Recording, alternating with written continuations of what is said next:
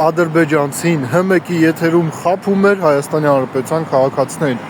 Հարգելի ընկերներ, հիշում եք, չէ, օգոստոսի 8-ից հետո ինչ քարոզչություն էր, որ Ժորժան խաղաղությունը եկել է, Վալերիկ Վալերյանկեն բեր, Ջուլիկ ջուրը բեր, խաղաղությունը եկել է, նշելու ենք այս ամեն ինչը։ Ավելին, իշխանական քարոզչության մեքենան նաև փորձում էր համոզել քաղաքացիներին, որ Ադրբեջանում փակվել է այսպես կոչված արևմտյան Ադրբեջանի նախագիծը։ Հասել էինք նույնիսկ նրան, որ հմեկի եթեր էին բերել ադրբեջանցու,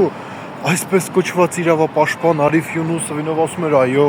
Ադրբեջանի նախագահի աշխատակազմը հրահանգել է փակել արևմտյան Ադրբեջանի համայնքը, նախագիծը։ Իշխանական քարոզչության մեքենան տարբեր կայքերով, տելեգրամյան ալիքներով դա տարածում էր։ Հիմա Նիկոլ Փաշինյանը գնում է Գերմանիայում, ասում է, եկեք ճանապարհային, ասում է, քարտեզ մշակենք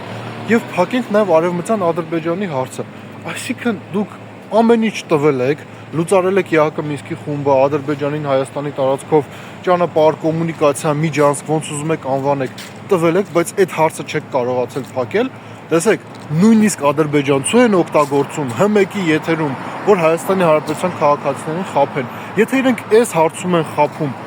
դե պատկերացրեք այլ հարցերի վերաբերյալ ինչ է իրականում կատարվում։